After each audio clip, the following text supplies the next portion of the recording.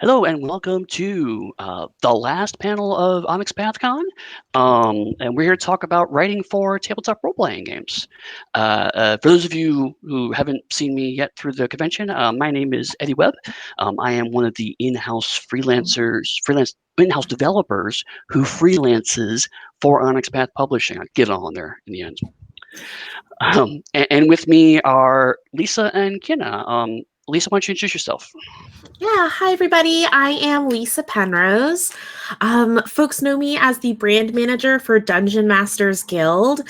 So as far as writing for TRPGs and D&D in particular, I've got a lot of professional experience on that end. But I'm also just a freelance D&D designer. I've written for a couple of the hardcover D&D adventures. And yeah, D&D and D&D. D&D. How about you, Kiana? Yeah, I'm Kiana, also known as Kiana S on the internet. I'm a TTRPG creator, streamer, designer, all that fun stuff. I mostly self-publish games, micro games on my itch.io and on DM's Guild, but I also write for publishers. Particularly right now, I am one of the lead adventure writers on Sea of Legends, which I just successfully kickstarted a couple of days ago. Yeah. Excellent. Congrats. Yeah, it was really successful. I'm very excited. Sweet. And so I'm going to chat about a few topics before we get into questions. If you have a question in the chat, feel free to preface it with question in italics, or sorry, in all caps. Makes it easier for us to see. But the first thing I do want to talk about is I know for me, when a lot of people come and ask me about writing, the first question they ask is, how do you get started? How do you kind of get into the industry?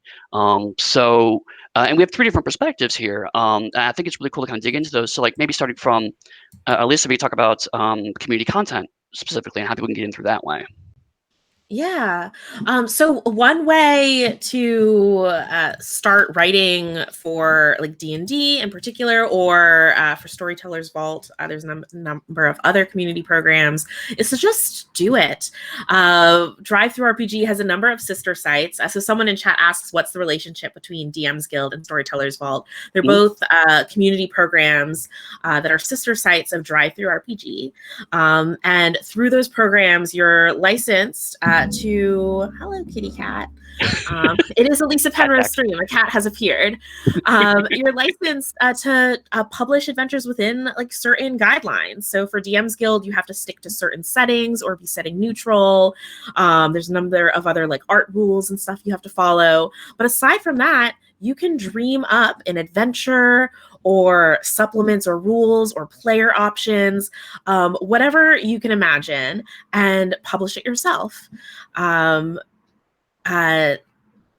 Yeah. And I think like the most important thing I found in getting third-party publishers interested in hiring you is to have a body of work. So self-publishing is a really great way to get started.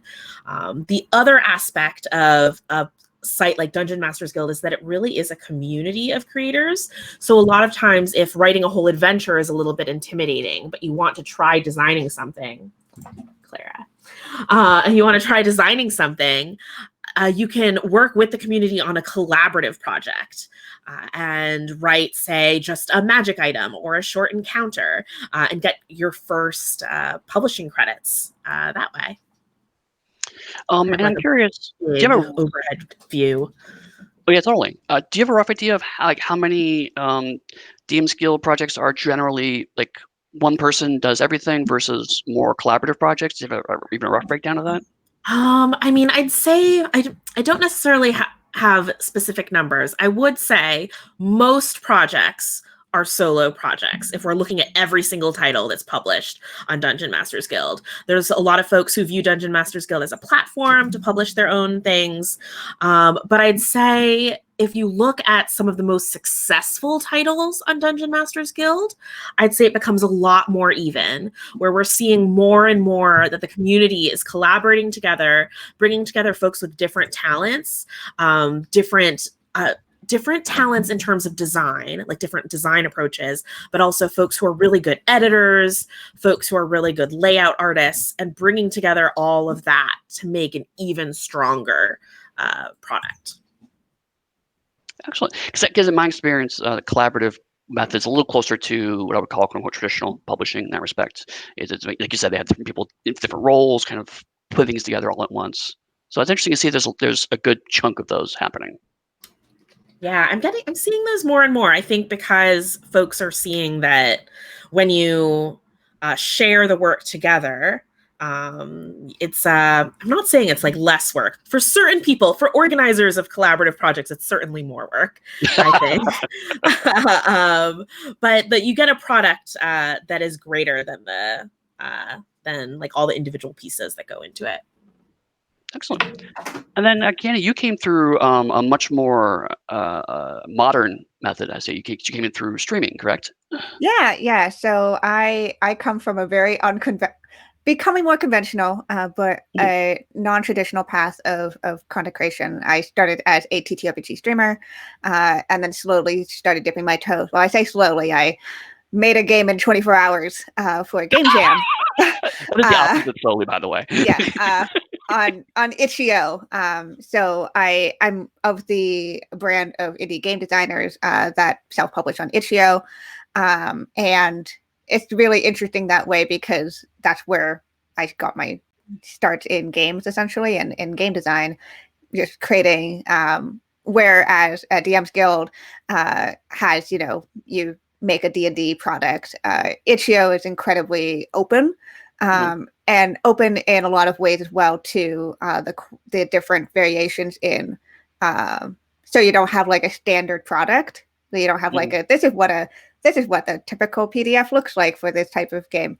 You have all sorts of things from systems to settings to hacks to anything in between that on itch.io. And it's also not a centralized community as well. There's all these different pockets that kind of spread across where different communities have sprung up, where, again, itch.io is more like a platform where people are able to share their works rather than it being like a central place for people to work with their games and stuff like that. Okay. So basically I started with publishing a few games for game jams, and then I got, because of the audience that I'd built from streaming, my works were fairly well viewed, and then from there I got some offers for opportunities for other small independent creators who were making Kickstarter books and all that stuff, and then basically just continued down that path essentially. That's cool. I actually don't know much about itch. I mean, I'm familiar with the platform, and I just bought the a recent bundle that gives you like 75 million games for a ridiculously low amount of money. But you mentioned kind of there's kind of sub communities there. Do you find that maybe is it overwhelming because there's just so many possibilities available, or do you find more that you just put out what you like and people will naturally kind of gravitate that like the same stuff and make the same stuff? I think it's incredibly freeing how open it is, and it's really opened up the world of gaming, I think, to different types of development and genres. I mean, we've seen the rise of what some people call lyric games, which are games that maybe you don't even have to play. Like, you're able to experience them just by reading and kind of having that experience of going through, almost like poetry in that sense, where they kind of have that experience built in just by reading through and almost playing it in your head. There's also the Sword Dream community that's popped up, which is essentially taking OSR and stripping away all of the baggage of bigotry around it, and instead making it as a place for marginalized communities to bring about their best games and bring about their dreams, essentially. And so I think it's a great place for people who are interested in delving into their own microgames or their own systems and stuff, because there's just this open market space where you can just put up your stuff and get people's eyes on it and get money off of it too, and start getting paid for your work because you set your own price for stuff.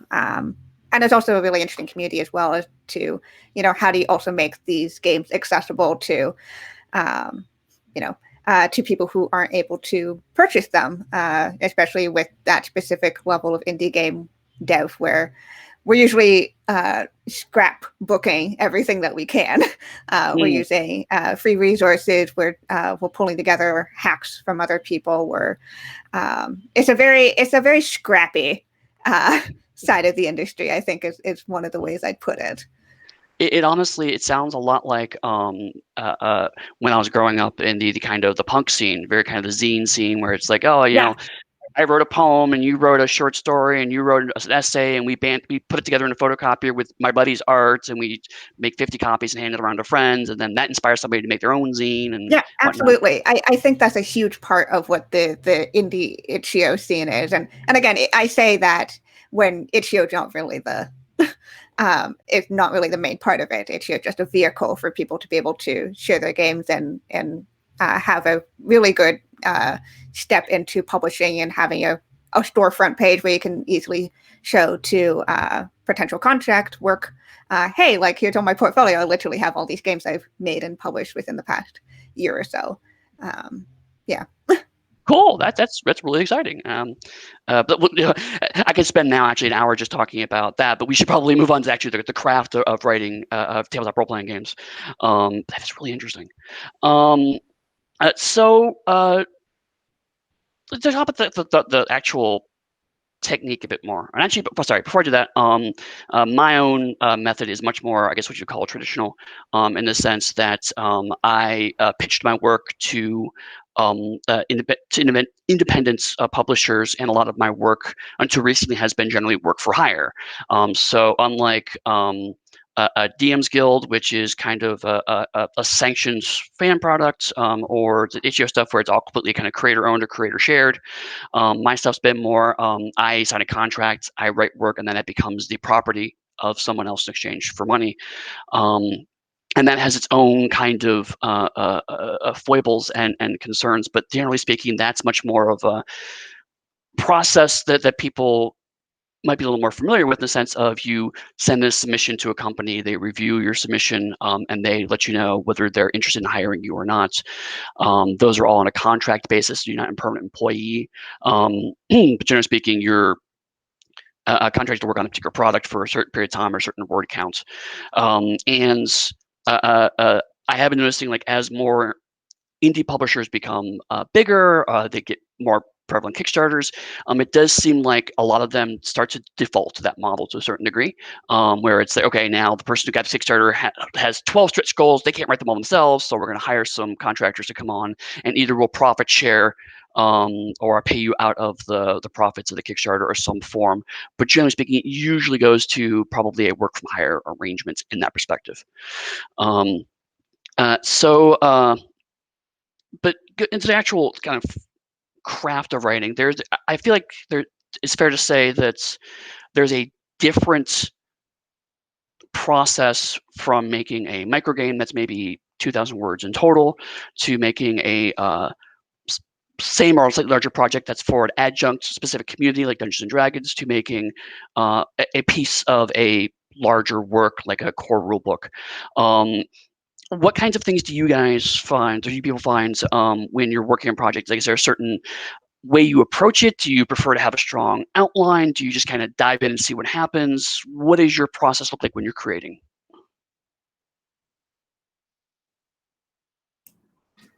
I'm like, wait, you look like you're thinking, so I'm like waiting to jump in case you're going to jump in. Go do that. I'm going to be processing that question for a bit. Fair enough. It's a lot, I admit. I mean, I feel like most of what I've written, either for Dungeon Masters Guild or Wizards of the Coast or other third-party publishers, has been adventure content. Primarily adventure content. And I always start with an outline. I like to have like a that gives me a general idea of making sure I'm hitting all the different beats I want to hit. That if I'm really feeling like designing a puzzle, for example, that I know where exactly that's going to go. And my process kind of looks like taking an outline and making that outline more and more and more detailed until I have like essentially tricked myself into writing the adventure. It also really helps me as I'm filling in more and more details. I really like to actually put the structure of the adventure in my document. So like the headers and everything and like the styles it's supposed to be, because that allows me to jump around to different sections, filling in details and writing whatever parts I'm most inspired to write in. So you generally don't start at the beginning and work straight through. Yeah, sometimes I'll like have a really vague idea of exactly how I want like the quest hook to happen. And so I'll put like a couple sentences there, but I really know that I want there to be a chase scene like, at the end, and I'll jump there and start filling out a table. But that helps me keep things organized, and in its way is just like another version of an outline. Have you had a chance to think, Kiana? Yeah. So I'm in a very amazing position where I've been able to write for all sorts of different projects, from my own micro RPGs to writing D&D adventures, to being part of a larger system and working supplementary that wise. And they all require very different specific processes. I use Lisa's outline thing for specific adventures and stuff like that. I find that very helpful. In terms of, but in general, how I usually think about any form of designing is in two different prongs. There's the, what are my design goals? So what am I trying to achieve here? And then what is the process that will let me, what is the game process that's going to get me there? Because I always think of games as a process, as a design process. And even when you're playing, you talk to each other to describe what's going on. When you come across a conflict, you resolve that conflict using dice or using a Jenga tower or using cards or whatever. And then you resolve the conflict and go from there. So that's essentially how a basic game goes. It is a step-by-step process that is pretty cyclical. And so you have to find, for whatever project you're doing, what exactly is that those steps that you're the person who's reading it or the person who's playing it is going to go through in order to accomplish what you're hoping to get here, or you're hoping to achieve with your design goal. So that's the most high-level abstract answer I can give to encompass everything that I do. So that's how I often think about it, and then I infuse theme and tone really early on into there, both from what's being described in the game as well as language, and starting to. I do a lot of very thematic, poetic stuff, whereas every single word goes into making this feel a certain way, or every single question is formed very specifically to guide you a very specific place. So that's so all of that kind of just builds together until we get to a final product, and then learning how to then edit that again go back to what is your design goal and what is the process you want your players or readers to go through to get there. Yeah, I mean that all sounds a lot like kind of how I approach things too. It sounds like all three of us like to have a if not an outline, at least a design in mind at the very beginning. A certain kind of it needs to do these certain things, and then how do we get to those things? Do either of you find that anything in the middle of working on something where it's like, oh, this is going a different direction, it's much better, so let me kind of scrap part of my plan? Or do you try to kind of keep it to the plan as much as possible? Is there anything that kind of evolves out of your work, or is it generally pretty much, you take some time to really think about what it's going to be and then make sure you execute that well? I mean, I think that it just Honestly, I think that it really depends on any particular product. I'd say, I guess in general, or project, I'd say in general, I'd like to be open to, if I'm working on something and I either get another idea that I think is going to be brilliant and more fun for the folks playing and running the adventure, then yeah, I want to be flexible and open to changing things, like edit, kill your darlings. Like, you just want the end project to be the best it can be. Absolutely. Yeah, 100% agreed on that. I am someone who believes that writing is part of the designing process, in which as you write something, your brain is still working at what idea you're going with. So if we think of designing anything as a cycle of ideation, creation, and iteration. Even while you're writing, while you're in the creation stage, you're already thinking about iterating on new ideas, or pulling what you have and realizing midway through that perhaps this is going a specific way that you didn't foresee it going, and then you have to take a break and kind of think to yourself introspectively what you want to do, whether you pivot completely to that new pathway that you're realizing you're going through, or having to change a specific element to stick to your original plan. But I think no matter what, whether you end up going with that new idea or not, that's valuable work, and you should be writing it down somewhere else. So like, even if you don't use it, you push it off somewhere, and you can come back to it later. I have a massive Google Doc, which is all of my compiled ideas. It is incredibly cryptic, and probably I would only be able to understand what I was talking about.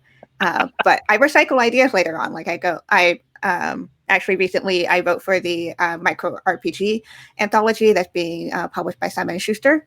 And I had an original idea of, this is going to be a wuxia game of like these two people who are going to battle, where their swords dueling also reflects upon their words, and whether they deflect from each other, or whether they try to attack each other, whether they try to understand each other, and potentially open yourself up for vulnerability. So that was my original idea.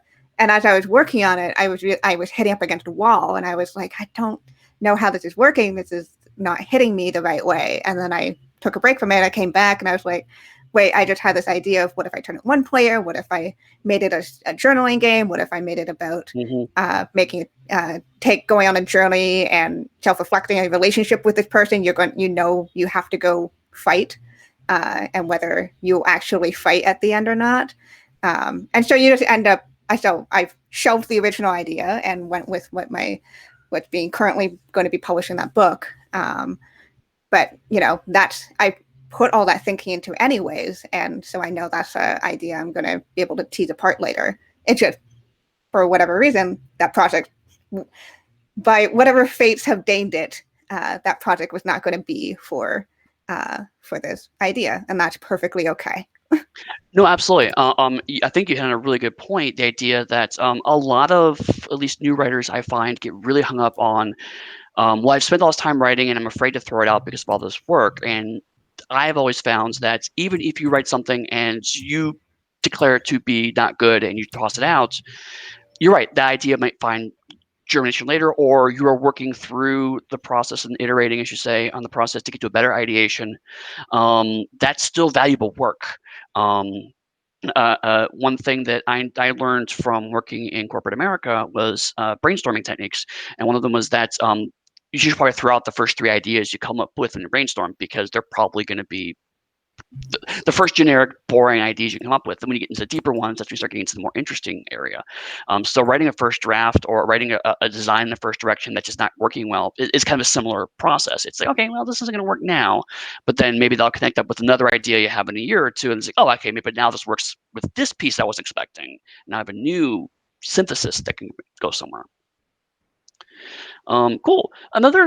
You both mentioned that you've worked on adventures before, and I think adventures are a pretty common way for people to start learning how to write for tabletop role-playing games. So, to your minds, what makes for good adventure design? That's such a big, broad question. Okay, then let me rephrase it then. What do you hate to see in adventure? What things drive you, frustrate you when you see in adventures that you'd rather never do in adventure? You try to avoid doing. Maybe that'll help kind of narrow it down a bit. Goodness. I mean, it's something I've been guilty of, especially in my earlier writing, but adventures that only account for or give the players one choice or one path. Mm-hmm. I guess some people call those being on rails. And I'm actually a player who doesn't mind being on rails story-wise, but I like to be able to figure out, I don't know, what the train looks like that's on those rails. Like how exactly, oh, I just threw, I'm sorry, Clara. She didn't land gracefully. I like to figure out how to get there. So just not having everything so strict and writing in a way that trusts that the person who's going to be running your adventure as a dungeon master knows how to improvise a little bit. So rather than telling them these are the 3 steps of how the conversation with this NPC should go, giving them instead tools, what a little bit of background about this NPC. What is their personality? What are their motivations? That's probably the most important. And writing so that there's a little bit more of a breadth of how this encounter or adventure can be played. Yeah. I mean, I was formulating and I just said all the sentence just as you said, you're giving the DM tools. I think, so iterating on that. So what I always find is that a good adventure should give you the tools to make a good story. It should not give you a story to run. They're two different things. Mm-hmm. When you're trying to write a story in an adventure format, you're presuming what your reader and therefore your DM and your players will know and will do, which is a big no-no. Right. I think we all know as people who run or play games that nothing ever goes to plan. Right? Mm-hmm. You have an idea of how something will go, and it will not go that way. You might still end up going from A to B, but how you get from A to B might be going, and then we're going to go to Z, and then we'll go to M, and then we'll go to T, and then we'll eventually get to B. And so giving the tools to say what are the elements of the story that can be loosely put together to be formed into your intended narrative is important, but also really poking at, am I trying to do a very specific narrative is a very important thing to look at, because that's not your job here. Your job is to help people tell their own stories within the guidelines that you're giving them. And if you want to write a story, just go write a book. Right. It's not your place. Right. You have to give people, like you're saying, give them the tools they can tell their own story. And it's not going to be the same story you have in your head when you're writing this. Mm-hmm. And actually, speaking of people telling their own stories, this is not a topic I can talk a ton about, but I'd like to get both of your thoughts on, as the industry is moving towards trying to get more diverse people in and more diverse voices into it, do you both have any thoughts on what it's like to come in as a marginalized person, whether it's queer, person of color, what have you? I've had some minor issues with my disability, but I'm still a straight white guy, so I think the same challenges that perhaps either of you might face. I feel like now I've interviewed folks for my podcast, Behold Her. And I know that some folks have not had great experiences. I personally have felt pretty lucky that I've had opportunities and really supportive people. I'd say probably the biggest challenge I've come up against.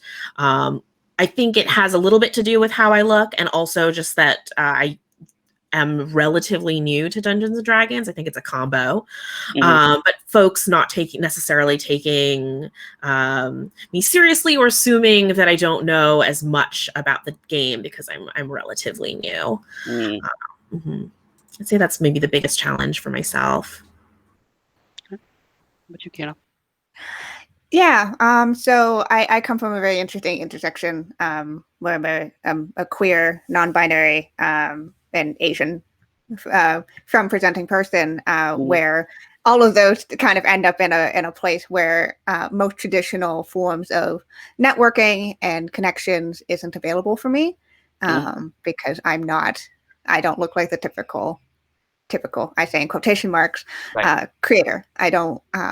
I'm also very young. I'm only 22, so that also comes into a factor into where I don't get this. I'm not able to have the same opportunities the same way that someone who's more privileged than I am is. I think one of the greatest examples I saw was that a industry professional was doing some tweets and saying that, in my experience, a lot of networking experiences and opportunities presented happens at bars outside the conventions.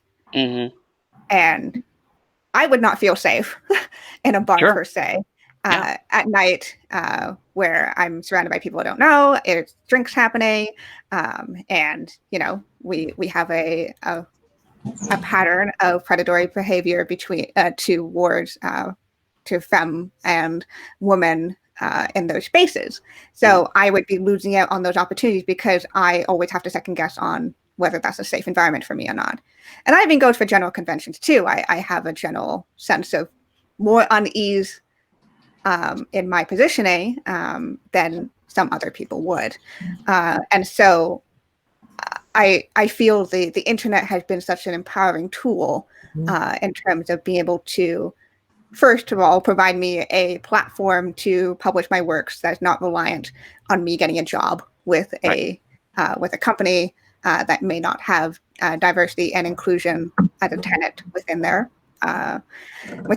practices, and also being able to connect with people and showcase that I am a capable designer and writer, and also then connect with other wonderful marginalized folks as well who are in the same boat and get that mentorship and that connection as well. So Yeah. it's so much more with the new world of online gaming and stuff like that, and our industry shifting there. It's really, really opened up. Of course, there's still a lot of issues there. We won't touch on those, but there's a lot of stuff that happens in our industry that is unfortunately harmful to marginalized people. But I have been lucky in being able to make those connections through the internet and be able to have a platform that way and an audience that is willing to listen to what I have to say and treat me seriously. So. Yeah, honestly, that tweet you mentioned, when I saw it, I wasn't surprised because I knew that all of that aspect of conventions and everything happened. But I'm also extremely introverted. So going to bars after like a whole day of gaming and interfacing with people isn't necessarily something I'm interested in doing, even though I'm sure many of those people are lovely. So I wasn't necessarily shocked, but at the same time, I was like, my path in the TRPG industry has had nothing to do with that. And I hope that gives people who also feel like they would be uncomfortable in those situations, I hope that gives them hope that they don't have to put themselves in those situations necessarily to get opportunities. The internet, like Kiana said, lets you network and connect with people. Those anthology or collaborative projects I mentioned on Dungeon Masters Guild is a great way to get to know other folks in this community. A lot of those projects specifically ask, like, if you are someone who has either not published on Dungeon Masters Guild or someone who has but hasn't gotten any bestseller medals or anything, I want to work with you. There are people specifically looking for that. And once you get those opportunities, it's about making the most of them. So be a pleasant person to work with, be a person who hits deadlines, and put your best work forward. You got to get like at least 2 of the 3 of those, and people will want to work with you. Again, people will want to recommend you when, like, if they can't take a project, like they're too busy to take on a particular project that they've been handed, they might recommend you for that. And then you've got an in with a third-party publisher, maybe. There are so many other ways that don't require like drinking or being or immersing yourself in communities of, honestly, like primarily older white men. Mm-hmm. And just there's so much I want to dig into because you guys are bringing some great points. But the one I want to talk about is definitely the whole drinking, meeting in bars thing. I know that I also struggled with that a lot, not only being an introvert, but also I came from a family where 3 people died from alcohol abuse. So being around alcohol was not a comfortable environment for me either initially. And that's something that when I started working at White Wolf, I forced myself to become comfortable with because that was very much the culture of that company. And so I naturally extended that to the rest of the industry and inadvertently fell into the established pattern. And it's something I know the past few years I've been kind of proactively saying, hey, let's go have a drink. It's like, cool, let's go have a coffee and try and move people towards non-bar environments. And also with my hearing loss getting worse, loud bars are just painful for me to be a part of. So it's also an ableist concern as well as a safety concern, as both of you brought up. So I'm definitely all for let's maybe find different ways to approach that. And the internet is being great. I'm also wondering if with everything, all the struggles COVID's happening, if that will force a certain amount of rethinking how these conversations happen, because they're not going to be as immediately available or as accessible as they were before. But the other one is you both brought up a really interesting point of marginalization I never really thought about before, which is ageism. We talk a lot about other isms, but we don't really talk about how younger creators do tend to sometimes get marginalized and looked over, because in a lot of ways the tabletop industry is the polar opposite of the video game industry, because video game industry, if you're past 40, you might as well not be in the industry anymore, as I am learning much to my detriment. But in tabletop games, you're right, it is middle age and up generally is the trends for designers and people who are in a position to offer you money to work with them. So that's a really interesting point. But at the same time, we as an industry cannot grow and change and evolve if we don't have younger creators coming on board and working with us and putting new stuff out there and new voices. So I'm really excited to hear that you guys are both involved and directly addressing those points. So I really appreciate all of your insights on that. Those really give me a lot to think about personally. So we got about 20 minutes left. So if people have questions, as I mentioned before, feel free to preface with question in all caps, and I'll try to get to them. But there were a couple that went by as we were talking. I want to start digging into. The first is, do you think it's better to create your own unique content first or write for a third-party publisher first? Ooh, I mean, I suppose it depends on what you want to do, but I do think that no matter what, you have to writing something so that if a third-party publisher, if you're approaching them or they approach you, that you have a writing sample that you can show. That is really, really important. Putting aside those collaborative projects I mentioned, where they're purposefully looking for people who want to learn how to write and giving that opportunity. I'd say in 2000, it was either 2017 or 2018. It was before I was working for Dungeon Masters Guild. I wanted to, my New Year's resolution was that I was going to write an adventure and maybe I'd be brave enough to publish it on Dungeon Masters Guild. Mm-hmm. So I had a rough draft, almost finished draft of a project when Chris Perkins emailed me and asked me if I wanted to work on a project with him. Wow. So I walked out the door of my day job and like screamed on the sidewalk. And then I got on a laptop and sent my writing sample.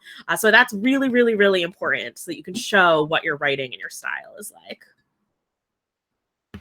Yeah, for sure. And I got a very similar thing where, people having some form of writing sample, even if it's not directly related to TTRPG writing. I have my old portfolio before I started writing games was filled with prose short stories and stuff that I'd written in the past. That gives an idea of what kind of voice I have.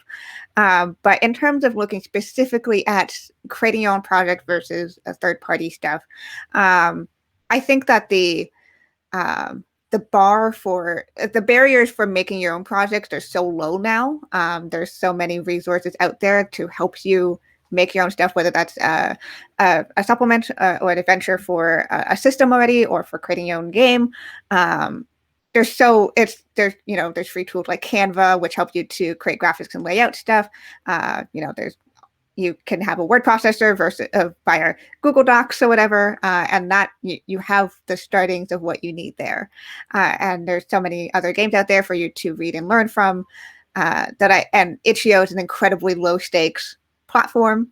You just post your stuff there, and if no one sees it, you still got it there, and you still have it out in the open. And so I highly recommend, if you do want to start making stuff, is to start with self-publishing, because there's so many platforms right now, and it's a great way to start getting your work out there, start getting eyes on it, start creating that portfolio to present later on.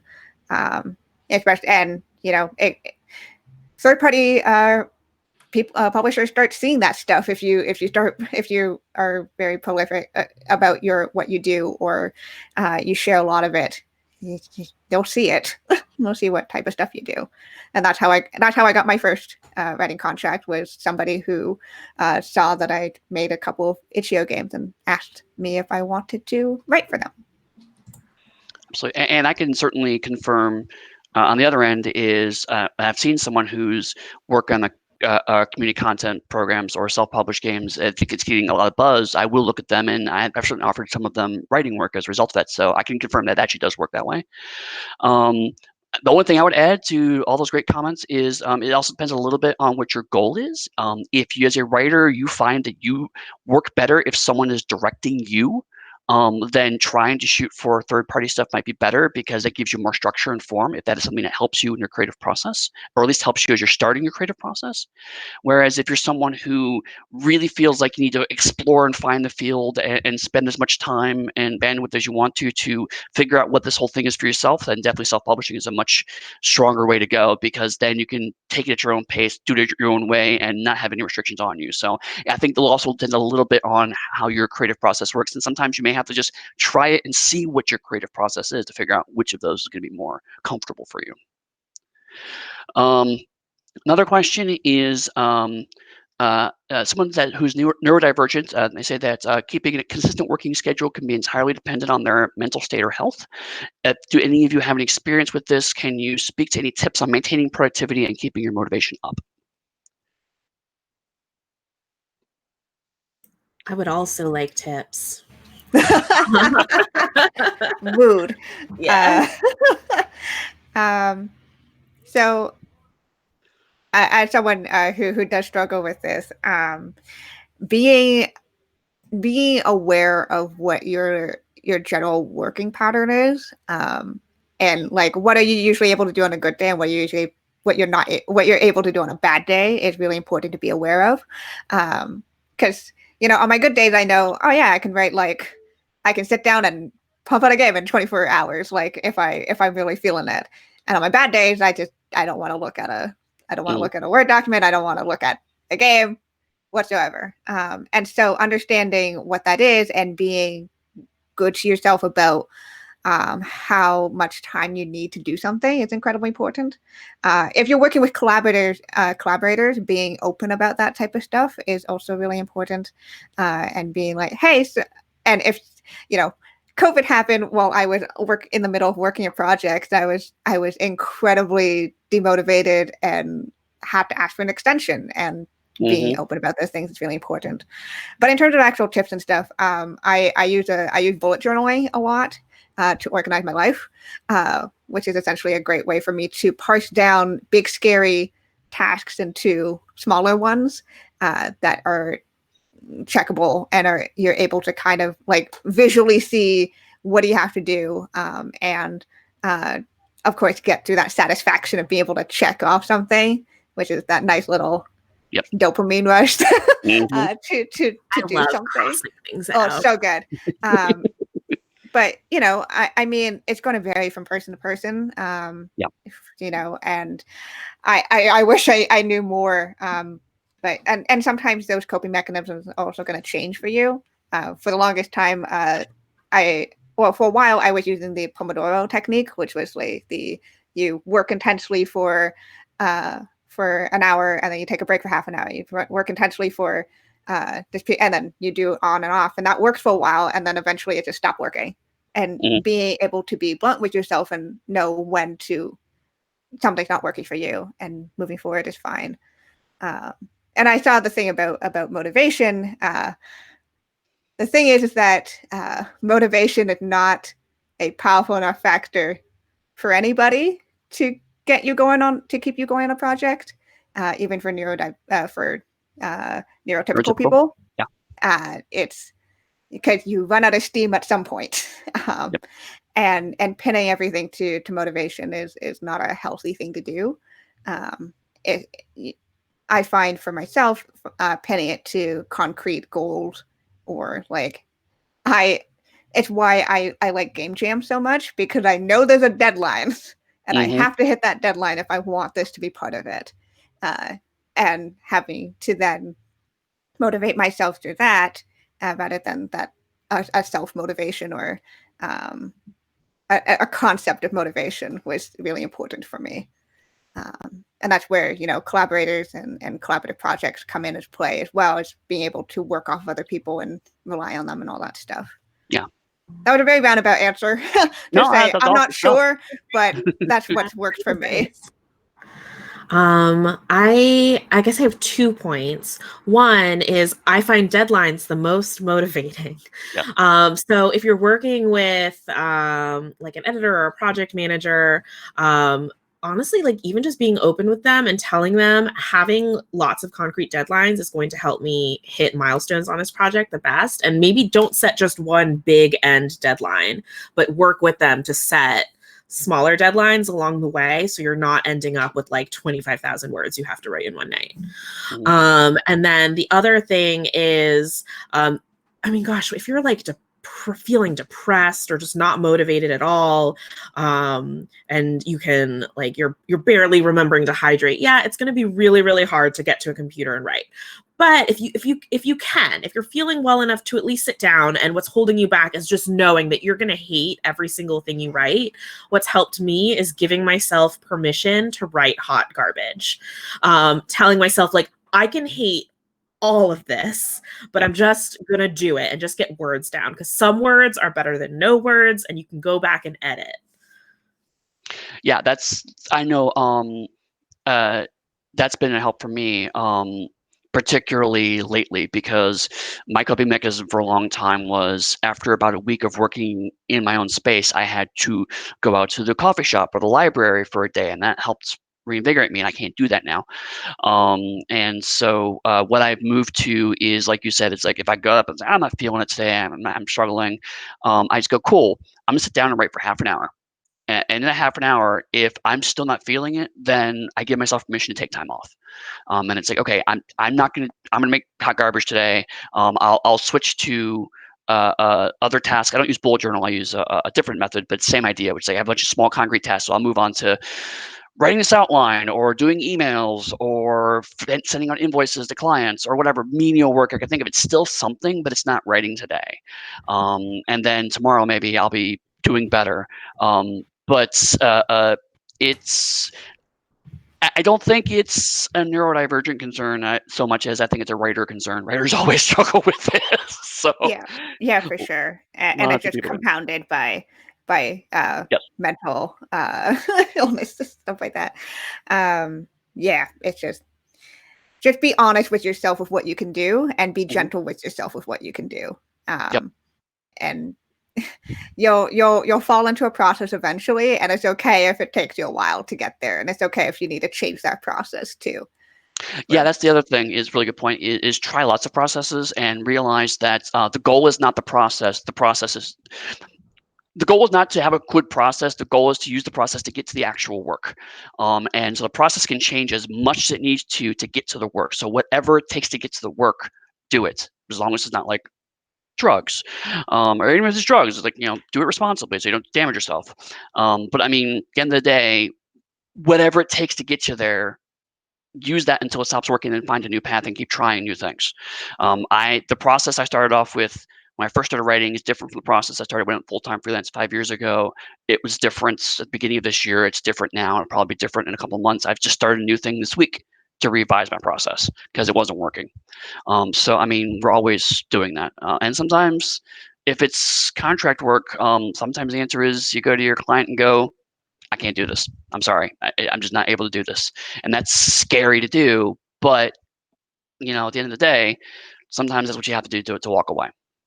I was just about to jump in and say that exact same thing, which was honestly, like, as someone who struggles with depression and like a lot of anxiety, and someone who has friends who struggle with the same things, like something I've seen is the worst thing you can do is basically lie to yourself and tell yourself that you're going to be able to do this, and like avoid emailing your project manager, or just keep telling them you're working on it.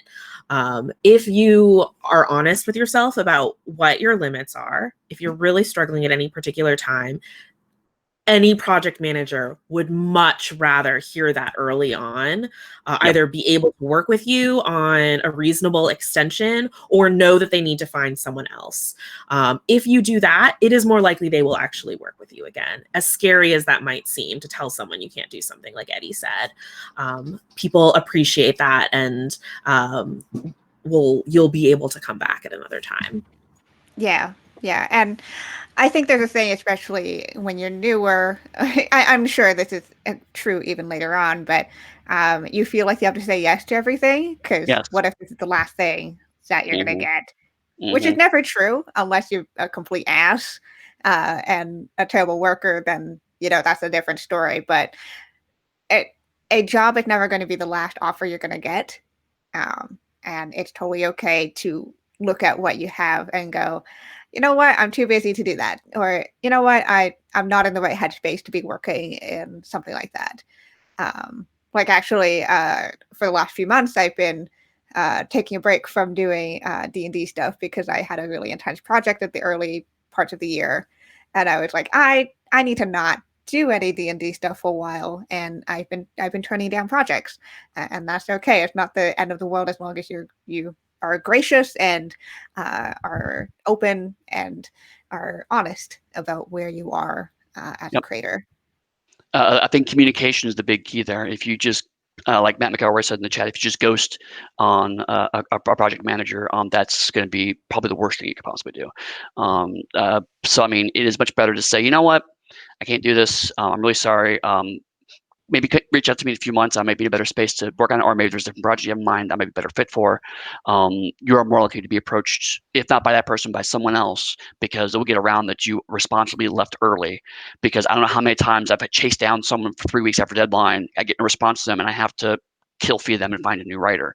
If they had said to me ahead of time, hey, am I going to fit? Then I could spend that time getting a new writer ahead of time and get my project back on track, than being 3 weeks plus however long the other writer has to take. That's possibly 2 months late.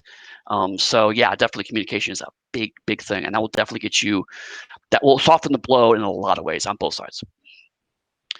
And there's two questions that are kind of related, so I'm going to kind of combine them together.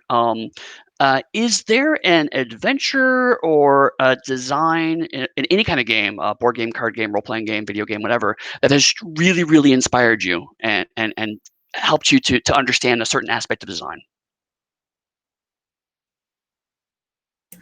I think this is true of a lot of the games Kiana has on Itch.io, but also a publishing company I'm thinking of, Angry Hamster Publishing, does really good games, where my being more introduced to TRPGs through Dungeons and Dragons, and like general, this is a big fantasy world.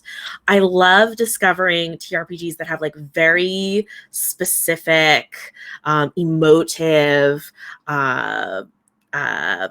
subjects, Kiana, now I can't think of the example. There's like one where you're like an android. Yeah, it's O Maker, the Son and Yeah. the Queen game where you play androids discovering your own humanity. Yeah, like Yeah. I love games like that. And from Angry Hamster Publishing, right now I'm GMing a game of Afterlife Wandering Souls, I've heard which good is things all, about that. yeah, I'm obsessed with it. You basically start out as a character who you've died, you don't know how you've died, and you've basically forgotten almost everything about your life. You have little wisps of memories, and the whole game is about discovering yourself, discovering who you were. I think that general aspect of using the game to almost sort of build your character or discover your character rather than creating your character kind of at the start and having like an exact idea of what your character concept is something that I see in a lot of Kiana's games, and Angry Hamster Publishing. Their other one, Which Fated Souls, is really similar. So I love that. That just gets all of everything moving up here. Yeah. Yay. For myself, a huge inspiration of mine that I absolutely love is Bluebeard's Bride, by published by Magpie Games. It is an incredible work of TTRPG design, from the system itself to how it presents the rules and its layout. All of the aspects of it is incredibly specific in its experience. It knows what experience it wants to deliver, and every aspect of it works in harmony to deliver that to you. And I think that's something that's so incredibly important in design and learning how to design. And the other great thing that I love about Bluebeard's Bride is that it's a game that delves in very heavy subjects. It's based on the Bluebeard fairy tale, if you don't know, and it delves into feminine horror, and so a lot of the topics it goes into include sexism, misogyny, domestic abuse, gaslighting, all of these terrible, horrible things that most of the time we kind of pull away from, and it handles those themes extremely maturely, and with grace and with not and going for the jugular. It doesn't shy away from it. It doesn't hide between behind euphemisms. It knows what it's delivering. And even though no matter what's going to happen to you, you are going to fail. It's never going to be a heroic. You defeat Bluebeard Right. and run away. That's not the point of the experience, and yet it's still an incredibly fulfilling storytelling thing. I've actually been running Bluebeard's Bride for about a year and a half, pretty regularly now for Magpie. It's what I do, as well as doing game design. And so I thought that it's such a beautiful work. I mean, it's a gorgeous book as well. Just reading it, but all of it is so pieced together to deliver that experience to you and make it satisfying and provide such a very different emotional thing to you than a typical TTRPG would. Yeah, that Absolutely. game's actually really high on my wish list of games I want to so play. Good. Yeah. And for me, it's like I could probably spend days listing inspirations because I just try to play and read widely whenever I can. In particular, one thing that I notice a lot of people don't do is try to find games that you would not normally play and play them or look at them. For example, one of my best inspirations for communicating information in a very short space was actually from a Madden football game. Because I don't play sports games. I'm not a big football fan, but someone lent me a copy. I played it for an hour, and the way the Twitter messages were coming across the screen and telling me stories about the players in in tweet-sized bits and how they related to each other gave me a lot of inspiration how to communicate character and drama in 140 characters or less. And so after that, I had a ton of notes, and I don't remember a thing about the actual football gameplay, but I remember that piece being very, very influential to me.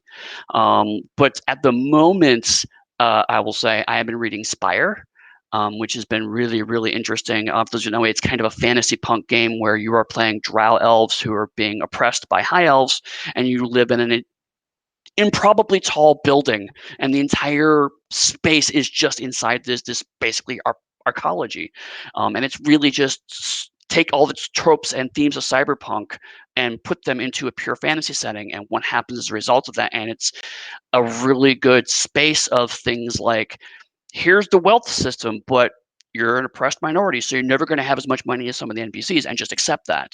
And so it does a lot of showing, not telling, what it's like to live in this kind of environment that I find really, really interesting. I'm only halfway through it, but already again, my wheels are spinning. Like you said, it's like I'm getting tons of ideas just by reading it. So definitely look at all sorts of games, because anytime you say, hey, these are the games you should look at, there's always someone else like, yes, what about this game? What about this game? There's always going to be new games you haven't heard of, or old games that people have looked at. I know I've also gotten some inspiration from games from the early 70s that I've never played, like Empire of the Pale Throne. I learned a ton from what was game design design like before it became fossilized into the way we understood it in the 80s and 90s and early 2000s. But we are out of time. I just want to say that CBAS 73 is the winner of our PDF today. So congratulations to you for winning a copy of Monarchies of Mao. I hear it's a good game. But I do want to say thank you both for coming and talking. It's been really, really cool to hang out with you. And I would like to chat with you guys some more sometime. This has been really, really fun. Yeah, Really that was enjoyed it. awesome. Thanks for having me. No problem. Thank you for being on. And I hope everyone has enjoyed Onyx PathCon, and I appreciate you spending time with us. And maybe we'll see you next year. We'll see how it goes. But until then, talk to everybody later. Bye.